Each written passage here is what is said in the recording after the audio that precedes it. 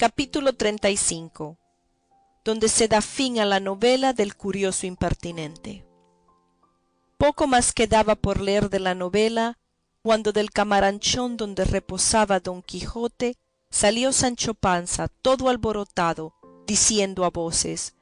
«Acudid, señores, presto, y socorrer a mi señor, que anda envuelto en la más reñida y trabada batalla que mis ojos han visto.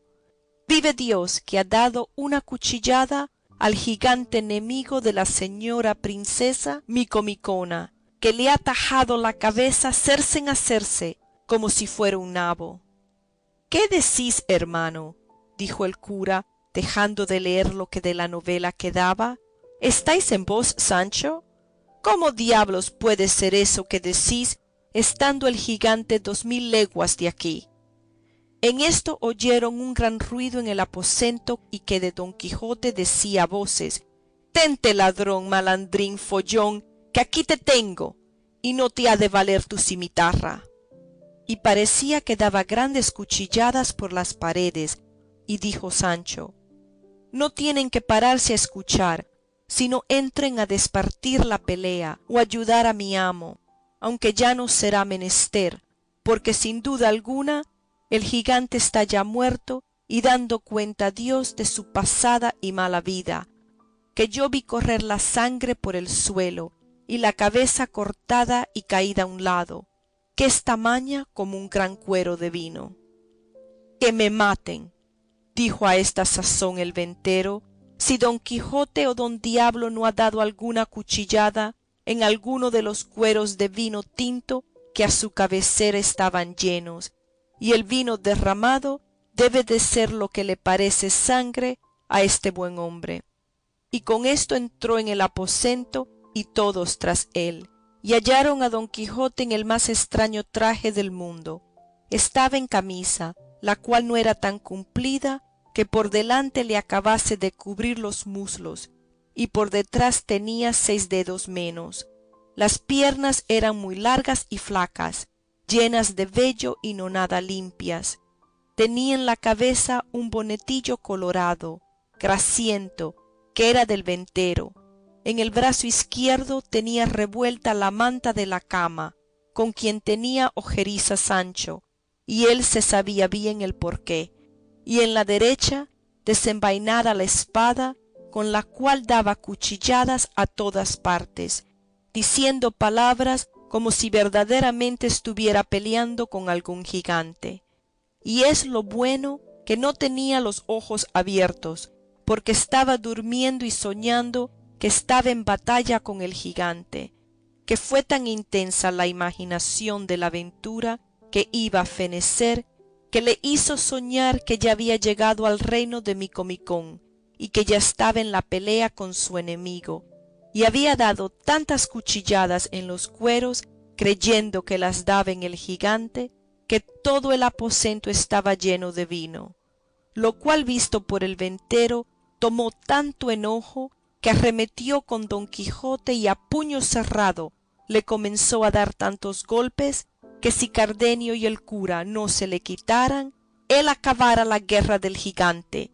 Y con todo aquello no despertaba el pobre caballero, hasta que el barbero trujo un gran caldero de agua fría del pozo, y se le echó por todo el cuerpo de golpe, con lo cual despertó Don Quijote, mas no con tanto acuerdo que echase de ver de la manera que estaba. Dorotea, que vio cuán corta y sutilmente estaba vestido, no quiso entrar a ver la batalla de su ayudador y de su contrario. Andaba Sancho buscando la cabeza del gigante por todo el suelo, y como no la hallaba, dijo: «Ya yo sé que todo lo desta casa es encantamento, que la otra vez, en este mismo lugar donde ahora me hallo, me dieron muchos mojicones y porrazos, sin saber quién me los daba, y nunca pude ver a nadie, y ahora no parece por aquí esta cabeza, que vi cortar por mis mismísimos ojos, y la sangre corría del cuerpo como de una fuente».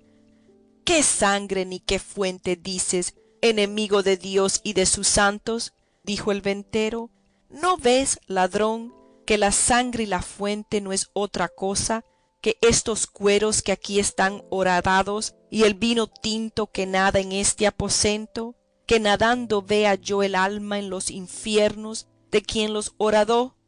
No sé nada, respondió Sancho, sólo sé que vendré a ser tan desdichado que por no hallar esta cabeza se me ha de deshacer mi condado como la sal en el agua.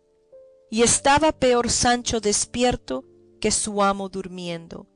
Tal le tenían las promesas que su amo le había hecho.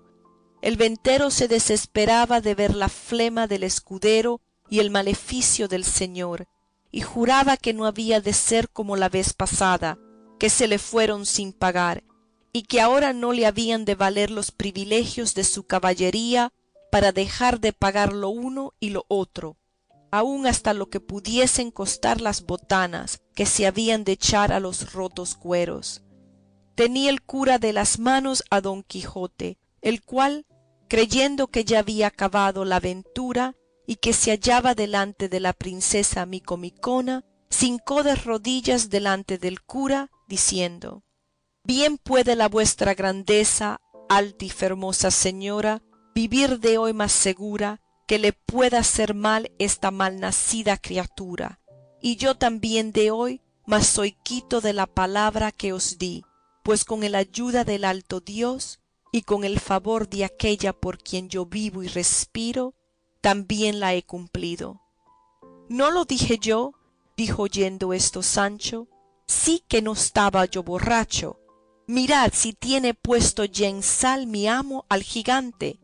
Ciertos son los toros, mi condado está de molde.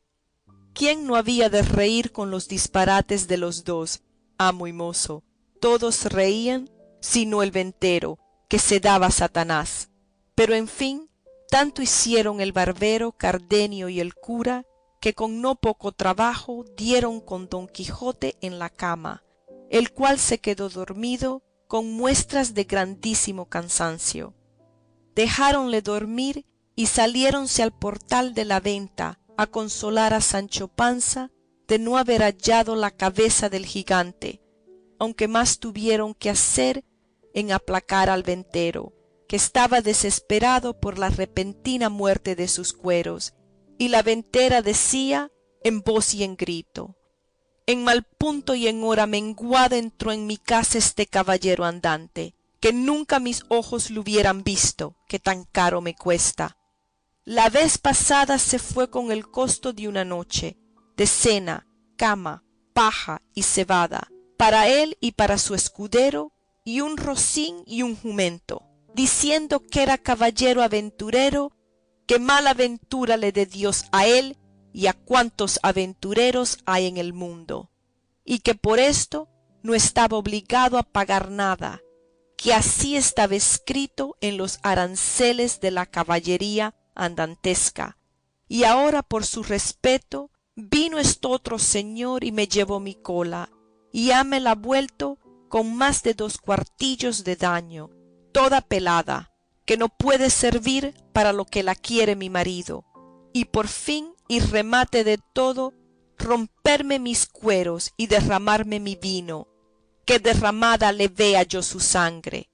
pues no se piense que por los huesos de mi padre y por el siglo de mi madre, si no me lo han de pagar un cuarto sobre otro, o no me llamaría yo como me llamo, ni sería hija de quien soy. Estas y otras razones tales decía la ventera con grande enojo, y ayudábala su buena criada Maritornes. La hija callaba y de cuando en cuando se sonreía. El cura lo sosegó todo, prometiendo de satisfacerle su pérdida lo mejor que pudiese, así de los cueros como del vino, y principalmente del menoscabo de la cola, de quien tanto cuenta hacían. Dorotea consoló a Sancho Panza, diciéndole que cada y cuando que pareciese haber sido verdad que su amo hubiese descabezado al gigante, le prometía, en viéndose pacífica en su reino, de darle el mejor condado que en él hubiese. Consolóse con esto Sancho, y aseguró a la princesa que tuviese por cierto que la había visto la cabeza del gigante, y que por más señas tenía una barba que le llegaba a la cintura, y que si no parecía era porque todo cuanto en aquella casa pasaba era por vía de encantamento, como él lo había probado otra vez que había posado en ella. Dorotea dijo que así lo creía, y que no tuviese pena, que todo se haría bien y sucedería a pedir de boca. Sosegados todos, el cura quiso acabar de leer la novela, porque vio que faltaba poco. Cardenio, Dorotea y todos los demás le rogaron que la acabase. Él, que a todos quiso dar gusto, y por el que él tenía de leerla, prosiguió el cuento, que así decía. Sucedió pues que por la satisfacción que Anselmo tenía de la bondad de Camila, vivía una vida contenta y descuidada, y Camila de industria hacía mal rostro a Lotario, porque Anselmo entendiese al revés de la voluntad que le tenía, y para más confirmación de su hecho, pidió licencia a Lotario para no venir a su casa, pues claramente se mostraba la pesadumbre que con su vista Camila recibía. Mas el engañado Anselmo le dijo que en ninguna manera tal hiciese, y de esta manera, por mil maneras, era Anselmo el fabricador de su deshonra, creyendo que lo era de su gusto. En esto, el que tenía a Leonela de verse cualificada con sus amores llegó a tanto, que sin mirar a otra cosa se iba tras él a suelta rienda, fiada en que su señora la encubría y aun la advertía del modo que con poco recelo pudiese ponerle en ejecución. En fin, una noche sintió Anselmo pasos en el aposento de Leonela, y queriendo entrar a ver quién los daba, sintió que le detenían la puerta, cosa que le puso más voluntad de abrirla, y tanta fuerza hizo que la abrió y entró dentro a tiempo que vio que un hombre saltaba por la ventana a la calle, y acudiendo con presteza a alcanzarle o conocerle, no pudo conseguir lo uno ni lo otro, porque Leonela se abrazó con él, diciéndole: sosiégate, señor mío, y no te alborotes, ni sigas al que de aquí saltó. Es cosa mía, y tanto que es mi esposo.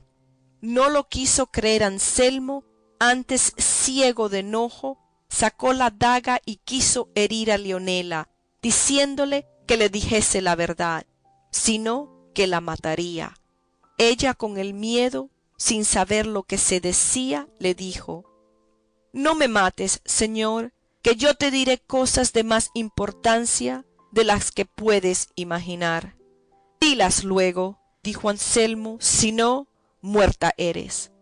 Por ahora será imposible, dijo Leonela, según estoy de turbada. Déjame hasta mañana, que entonces sabrás de mí lo que te ha de admirar. Y estás seguro que el que saltó por esta ventana es un mancebo de esta ciudad, que me ha dado la mano de ser mi esposo. Sosegóse con esto Anselmo, y quiso aguardar el término que se le pedía, porque no pensaba oír cosa que contra Camila fuese, por estar de su bondad tan satisfecho y seguro. Y así se salió del aposento y dejó encerrada en él a Leonela, diciéndole que de allí no saldría hasta que le dijese lo que tenía que decirle. Fue luego a ver a Camila y a decirle, como le dijo, todo aquello que con su doncella le había pasado, y la palabra que le había dado de decirle grandes cosas y de importancia. Si se turbó Camila o no, no hay para qué decirlo, porque fue tanto el temor que cobró, creyendo verdaderamente, y era de creer, que Leonela había de decir a Anselmo todo lo que sabía de su poca fe, que no tuvo ánimo para esperar si su sospecha salía falsa o no, y aquella misma noche, cuando le pareció que Anselmo dormía, juntó las mejores joyas que tenía y algunos dineros, y sin ser de nadie sentida, salió de casa y se fue a la de Lotario, a quien contó lo que pasaba y le pidió que la pusiese en cobro o que se ausentasen los dos donde de Anselmo pudiesen estar seguros. La confusión en que Camila puso a Lotario fue tal que no le sabía responder palabra, ni menos sabía resolverse en lo que haría. En fin, acordó de llevar a Camila a un monasterio, en quien era priora una su hermana. Consintió Camila en ello, y con la presteza que el caso pedía, la llevó Lotario y la dejó en el monasterio, y él asimismo se ausentó luego de la ciudad, sin dar parte a nadie de su ausencia. Cuando amaneció, sin echar de ver a Anselmo que Camila faltaba de su lado, con el deseo que tenía de saber lo que Leonela quería decirle, se levantó y fue a donde la había dejado encerrada. Abrió y entró en el aposento, pero no halló en él a Leonela. Solo halló puestas unas sábanas añudadas a la ventana, indicio y señal que por allí se había descolgado e ido. Volvió luego muy triste a decírselo a Camila, y no hallándola en la cama ni en toda la casa, quedó asombrado. Preguntó a los criados de casa por ella, pero nadie le supo dar razón de lo que pedía. Acertó acaso, andando a buscar a Camila, que vio sus cofres abiertos y que de ellos faltaban las más de sus joyas, y con esto acabó de caer en la cuenta de su desgracia, y en que no era Leonela la causa de su desventura, y así como estaba, sin acabarse de vestir, triste y pensativo, fue a dar cuenta de su desdicha a su amigo Lotario. Mas cuando no le halló y sus criados le dijeron que aquella noche había faltado de casa y había llevado consigo todos los dineros que tenía, pensó perder el juicio, y para acabar de concluir con todo, volviéndose a su casa no halló en ella ninguno de cuantos criados ni criadas tenía, sino la casa desierta y sola. No sabía qué pensar, qué decir, ni qué hacer, y poco a poco se le iba volviendo el juicio. Contemplábase y mirábase en un instante sin mujer, sin amigo y sin criados, desamparado, a su parecer, del cielo que le cubría, y sobre todo sin honra, porque en la falta de Camila vio su perdición. Resolvióse en fin, a cabo de una gran pieza, de irse a la aldea de su amigo, donde había estado cuando dio lugar a que se maquinase toda aquella desventura. Cerró las puertas de su casa, subió a caballo y con desmayado aliento se puso en camino, y apenas hubo andado la mitad, cuando acosado de sus pensamientos, le fue forzoso apearse y arrendar su caballo a un árbol, a cuyo tronco se dejó caer, dando tiernos y dolorosos suspiros, y allí se estuvo hasta casi que anochecía. Y aquella hora vio que venía un hombre a caballo de la ciudad, y después de haberle saludado, le preguntó qué nuevas había en Florencia. El ciudadano respondió: las más extrañas que muchos días ha se han oído en ella, porque se dice públicamente que Lotario, aquel grande amigo de Anselmo el rico, que vivía a San Juan, se llevó esta noche a Camila, mujer de Anselmo, el cual tampoco parece. Todo esto ha dicho una criada de Camila, que anoche la halló el gobernador descolgándose con una sábana por las ventanas de la casa de Anselmo. En efecto, no sé puntualmente cómo pasó el negocio, solo sé que toda la ciudad está admirada de este suceso, porque no se podía esperar tal hecho de la mucha y familiar amistad de los dos, que dicen que era tanta que los llamaban los dos amigos.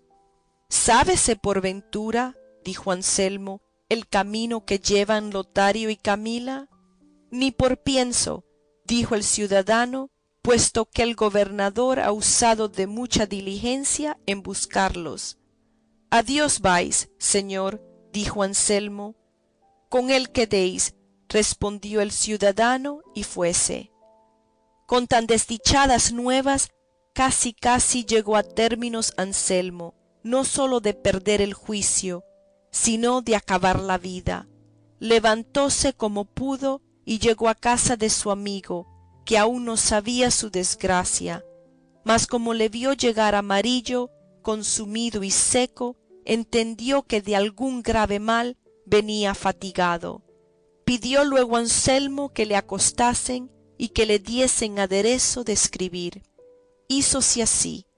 y dejáronle acostado y solo, porque él así lo quiso, y aun que le cerrasen la puerta. Viéndose pues solo, comenzó a cargar tanto la imaginación de su desventura, que claramente conoció que se le iba acabando la vida, y así ordenó de dejar noticia de la causa de su extraña muerte, y comenzando a escribir, antes que acabase de poner todo lo que quería, le faltó el aliento, y dejó la vida en las manos del dolor que le causó su curiosidad impertinente.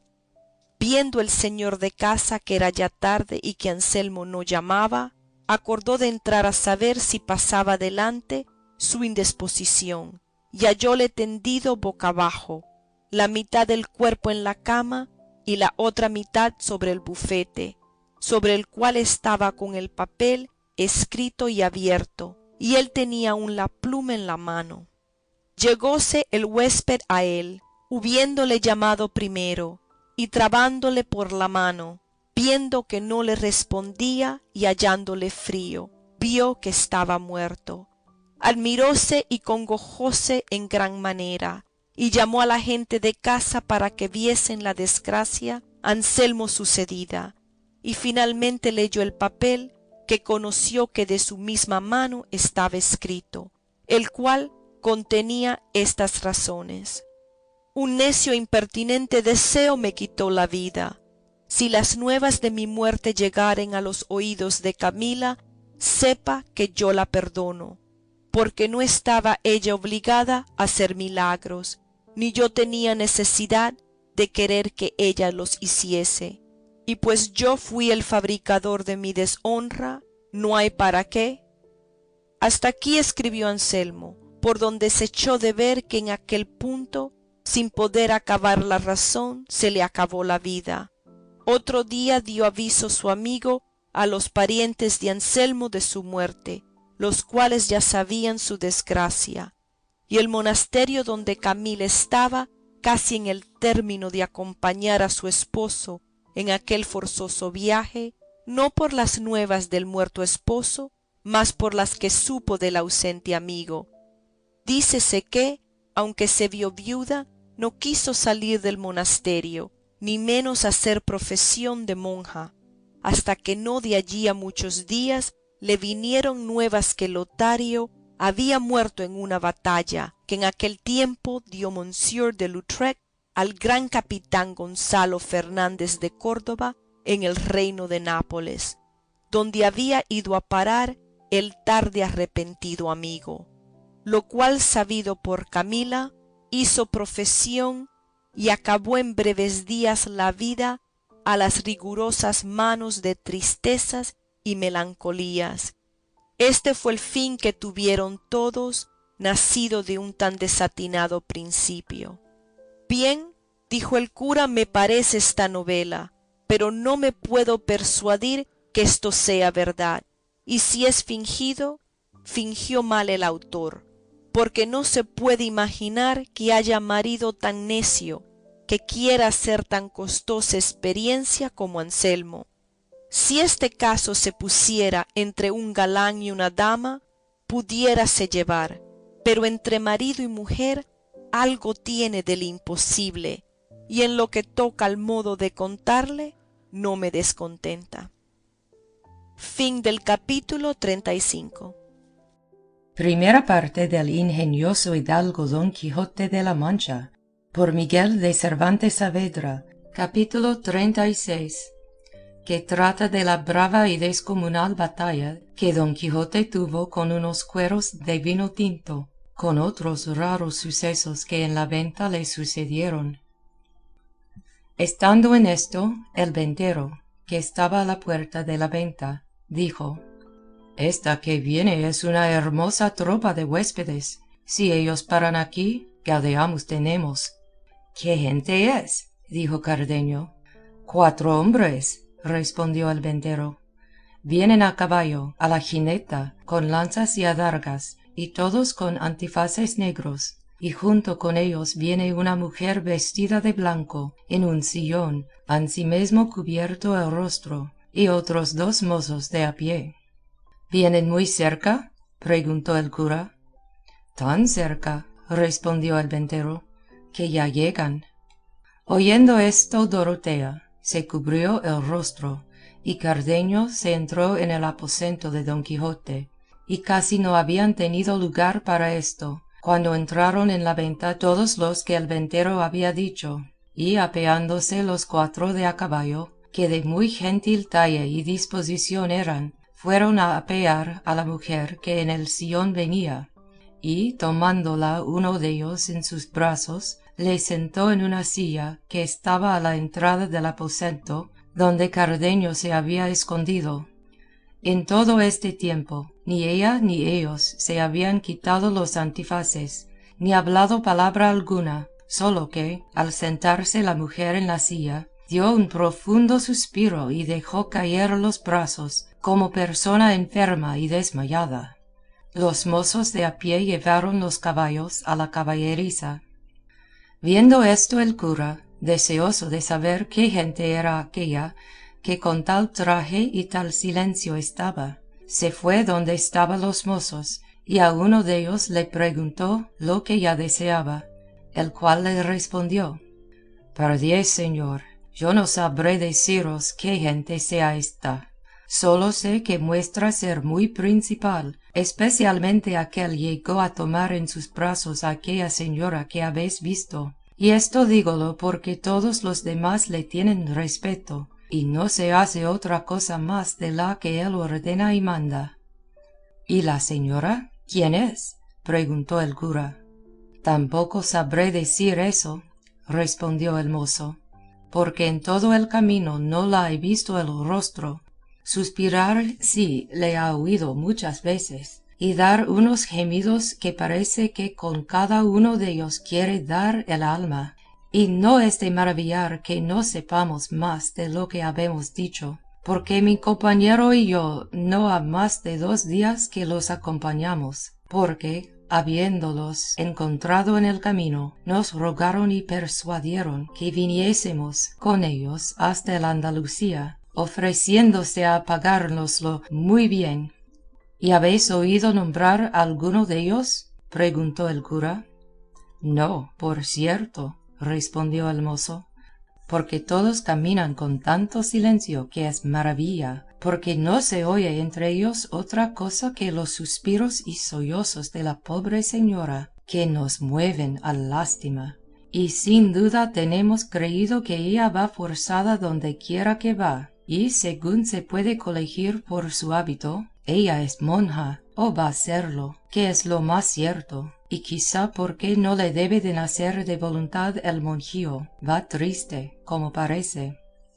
Todo podría ser, dijo el cura, y dejándolos se volvió a donde estaba Dorotea, la cual, como había oído suspirar a la embosada, movida de natural compasión, se llegó a ella y le dijo: ¿Qué mal sentís, señora mía? Mirad si es alguno de quien las mujeres suelen tener uso y experiencia de curarle, que de mi parte os ofrezco una buena voluntad de serviros. A todo esto callaba la lastimada señora, y aunque Dorotea tornó con mayores ofrecimientos, todavía se estaba en su silencio, hasta que llegó el caballero embosado, que dijo el mozo que los demás obedecían, y dijo a Dorotea: No os canséis, señora, en ofrecer nada a esa mujer, porque tiene por costumbre de no agradecer cosa que por ella se hace, ni procuréis que os responda, si no queréis oír alguna mentira de su boca. Jamás la dije, dijo a esta sazón la que hasta allí había estado callando. Antes, por ser tan verdadera y tan sin trazas mentirosas, me veo ahora en tanta desventura, y desto vos mesmo quiero que seáis el testigo, pues mi pura verdad os hace a vos ser falso y mentiroso. Oyó estas razones Cardenio bien clara y distintamente, como quien estaba tan junto de quien las decía, que sola la puerta del aposento de Don Quijote estaba en medio, y así como los oyó, dando una gran voz dijo: «¡Válgame Dios! ¿Qué es esto que oigo? ¿Qué voz es esta que ha llegado a mis oídos?» Volvió la cabeza a estos gritos aquella señora, toda sobresaltada, y, no viendo quién las daba, se levantó en pie y fuese a entrar en el aposento, lo cual visto por el caballero, la detuvo, sin dejarla mover un paso. A ella, con la turbación y desasosiego, se le cayó el tafetán con que traía cubierto el rostro, y descubrió una hermosura incomparable y un rostro milagroso, aunque descolorido y asombrado, porque con los ojos andaba rodeando todos los lugares donde alcanzaba con la vista, con tanto ahínco que parecía persona fuera de juicio, cuyas señales, sin saber por qué las hacía, pusieron gran lástima en Dorotea y en cuantos la miraban.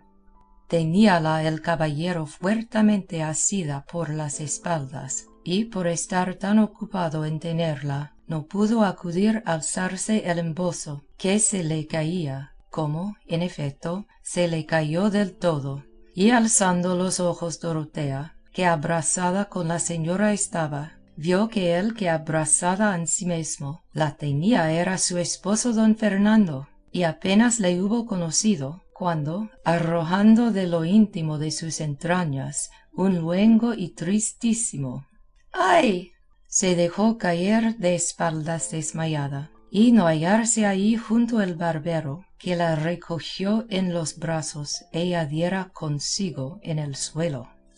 Acudió luego el cura a quitarle el embozo, para echarle agua en el rostro, y así como la descubrió la conoció don Fernando, que era el que estaba abrazado con la otra, y quedó como muerto en verla, pero no porque dejase, con todo esto, de tener a Luscinda, que era la que procuraba soltarse de sus brazos, la cual había conocido en el suspiro a Cardenio, y él la había conocido a ella.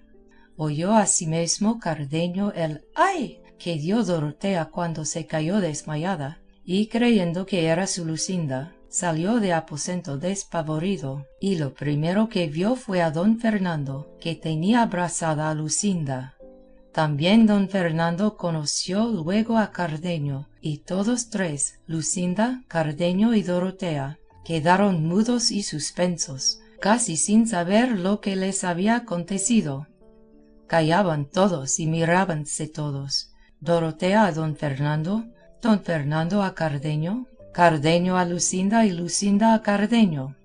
Mas quien primero rompió el silencio fue Luscinda, hablando a don Fernando desta manera: «Dejadme, señor don Fernando, por lo que debéis hacer quien sois, ya que por otro respeto no lo hagáis. Dejadme llegar al muro de quien yo soy yedra, al arrimo de quien no me han podido apartar vuestras importunaciones, vuestras amenazas, vuestras promesas ni vuestras dádivas. Notad como el cielo, por desusados y a nosotros encubiertos caminos, me ha puesto a mi verdadero esposo delante, y bien sabéis por 1000 costosas experiencias que sola la muerte fuera bastante para borrarle de mi memoria. Sean, pues, parte tan claros desengaños para que volváis, ya que no podáis hacer otra cosa, el amor en rabia, la voluntad en despecho, y acabadme con él la vida, que como yo la rinda delante de mi buen esposo, la daré por bien empleada. Quizá con mi muerte quedará satisfecho de la fe que le mantuve hasta el último trance de la vida». Había en este entretanto vuelto Dorotea en sí, y había estado escuchando todas las razones que Luscinda dijo, por las cuales vino en conocimiento de quién ella era, que, viendo que don Fernando aún no la dejaba de los brazos, ni respondía a sus razones, esforzándose lo más que pudo, se levantó y se fue a hincar de rodillas a sus pies, y, derramando mucha cantidad de hermosas y lastimeras lágrimas, así le comenzó a decir: si ya no es, señor mío, que los rayos deste sol que en tus brazos eclipsado tienes te quitan y ofuscan los de tus ojos, ya habrás echado de ver la que a tus pies está arrodillada es la sin ventura hasta que tú quieras, y la desdichada Dorotea. Yo soy aquella labradora humilde a quien tú, por tu bondad o por tu gusto, quisiste levantar a la alteza de poder llamarse tuya. Soy la que, encerrada en los límites de la honestidad, vivió vida contenta hasta que, a las voces de tus importunidades y, al parecer, justos y amorosos sentimientos, abrió las puertas de su recato y te entregó las llaves de su libertad, dádiva de ti tan mal agradecida, cual lo muestra bien claro haber sido forzoso hallarme en el lugar donde me hallas, y verte yo a ti de la manera que te veo. Pero, con todo esto, no querría que cayese en tu imaginación pensar que he venido aquí con pasos de mi deshonra, habiéndome traído sólo los del dolor y sentimiento de verme de ti olvidada. Tú quisiste que yo fuese tuya, y quisístelo de manera que, aunque ahora quieras que no lo sea, no será posible que tú dejes de ser mío. Mira, señor mío, que puede ser recompensa a la hermosura y nobleza por quien me dejes la incomparable voluntad que te tengo. Tú no puedes ser de la hermosa Luscinda, porque eres mío, ni ella puede ser tuya, porque es de Cardenio, y más fácil te será, si en ello miras, reducir tu voluntad a querer a quien te adora, que no encaminar la que te aborrece a que bien te quiera. Tú solicitaste mi descuido, tú rogaste a mi entereza, tú no ignoraste mi calidad, tú sabes bien de la manera que me entregue a toda tu voluntad. No te queda lugar ni acogida de llamarte a engaño. Y si esto es así, como lo es, y tú eres tan cristiano como caballero, ¿por qué por tantos rodeos dilatas de hacerme venturosa en los fines, como me hiciste en los principios? Y si no me quieres por la que soy tu verdadera y legítima esposa, quiéreme a los menos, y admíteme por tu esclava, que, como yo esté en tu poder, me tendré por dichosa y bien afortunada. No permitas con dejarme y desampararme, que se hagan y junten corrillos en mi deshonra. No des tan mala vejez a mis padres, pues no lo merecen los leales servicios que, como buenos vasallos, a los tuyos siempre han hecho. Y si te parece que has de aniquilar tu sangre por mezclarla con la mía, considera que pocas o ninguna nobleza hay en el mundo que no haya corrido por este camino, y que la que se toma de las mujeres no es la que hace al caso en las ilustres descendencias, cuanto más que la verdadera nobleza consiste en la virtud, y si ésta a ti te falta, negándome lo que tan justamente me debes, yo quedaré con más ventajas de noble que las que tú tienes. En fin, señor, lo que últimamente te digo es que, quieras o no quieras, yo soy tu esposa. Testigos son tus palabras, que no han ni deben ser mentirosas, si ya es que te precias de aquello por que me desprecias. Testigo será la firma que hiciste, y testigo el cielo, a quien tú llamaste por testigo de lo que me prometías. Y, cuando todo esto falte, tu misma conciencia no ha de faltar de dar voces callando en mitad de sus alegrías, volviendo por esta verdad que te he dicho y turbando tus mejores gustos y contentos. Estas y otras razones dijo la lastimada Dorotea, con tanto sentimiento y lágrimas, que los mismos que acompañaban a don Fernando, y cuantos presentes estaban, la acompañaron en ellas. Escuchóla don Fernando sin replicalle palabra, hasta que ella dio fin a las suyas y principio a tantos sollozos y suspiros, que bien había de ser corazón de bronce el que con muestras de tanto dolor no se enterneciera. Mirándola estaba Luscinda, no menos lastimada de su sentimiento que admirada de su mucha discreción y hermosura, y aunque quisiera llegarse a ella y decirle algunas palabras de consuelo, no la dejaban los brazos de don Fernando, que apretada la tenían, el cual, lleno de confusión y espanto, al cabo de un buen espacio que atentamente estuvo mirando a Dorotea, abrió los brazos y, dejando libre a Luscinda, dijo: «Venciste, hermosa Dorotea, venciste, porque no es posible tener ánimo para negar tantas verdades juntas». Con el desmayo que Luscinda había tenido, así como la dejó don Fernando, iba a caer en el suelo, mas hallándose Cardenio allí junto, que a las espaldas de don Fernando se había puesto porque no le conociese, prosupuesto todo temor y aventurando a todo riesgo, acudió a sostener a Luscinda, y cogiéndola entre sus brazos le dijo: «Si el piadoso cielo gusta y quiere que ya tengas algún descanso, leal, firme y hermosa señora mía, en ninguna parte creo yo que le tendrás más seguro que en estos brazos que ahora te reciben y otro tiempo te recibieron, cuando la fortuna quiso que pudiese llamarte mía». A estas razones puso Luscinda en Cardenio los ojos, y habiendo comenzado a conocerle, primero por la voz, y asegurándose que él era con la vista, casi fuera de sentido y sin tener cuenta a ningún honesto respecto, le echó los brazos al cuello, y juntando su rostro con el Cardenio, le dijo: «Vos sí, señor mío, sois el verdadero dueño desta vuestra captiva, aunque más lo impida la contraria suerte, y aunque más amenazas le hagan a esta vida que en la vuestra se sustenta».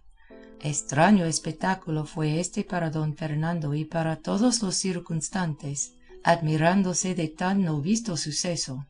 Parecióle a Dorotea que don Fernando había perdido la color del rostro y que hacía ademán de querer vengarse de Cardenio, porque le vio encaminar la mano en ponella en la espada, y así como lo pensó, con no vista presteza de abrazó con él por las rodillas, besándoselas y teniéndole apretado, que no le dejaba mover, y sin cesar un punto de sus lágrimas, le decía: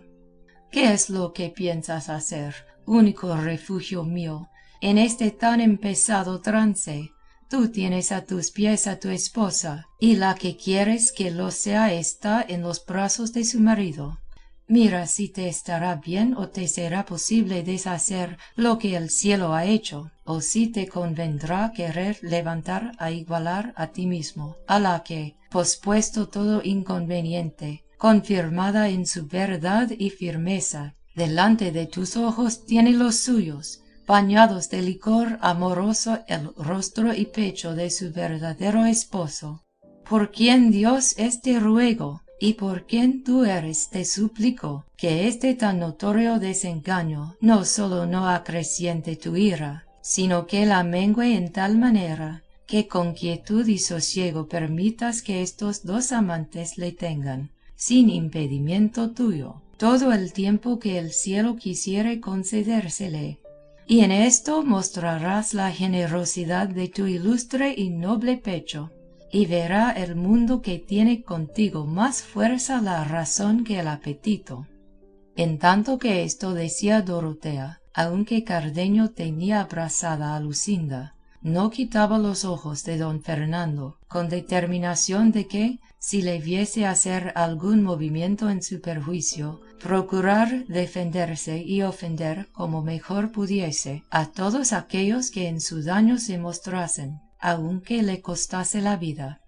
Pero a esta sazón acudieron los amigos de don Fernando, y el cura y el barbero, que a todo habían estado presentes sin que faltase el bueno de Sancho Panza, y todos rodeaban a don Fernando, suplicándole tuviese por bien de mirar las lágrimas de Dorotea, y que, siendo verdad, como sin duda ellos creían que lo era, lo que en sus razones había dicho, que no permitiese quedase defraudada de sus tan justas esperanzas,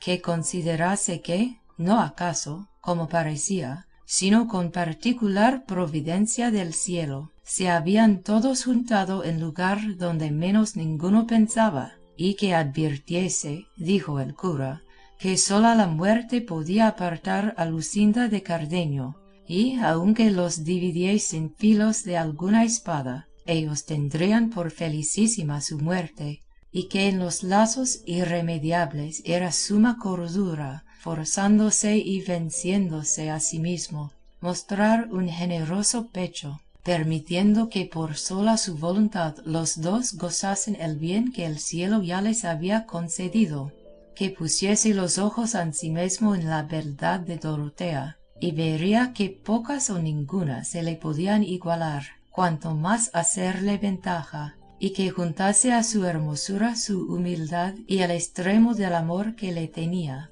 y sobre todo advirtiese que si se preciaba de caballero y de cristiano, que no podía hacer otra cosa que cumplille la palabra dada, y que cumpliéndosela, cumpliría con Dios y satisfaría a las gentes discretas, las cuales saben y conocen que es prerrogativa de la hermosura, aunque esté en sujeto humilde, como se acompañe con la honestidad, poder levantarse e igualarse a cualquier alteza, sin nota de menoscabo del que la levanta e iguala a sí mismo. Y cuando se cumplen las fuertes leyes del gusto, como en ello no intervenga pecado, no debe de ser culpado el que las sigue.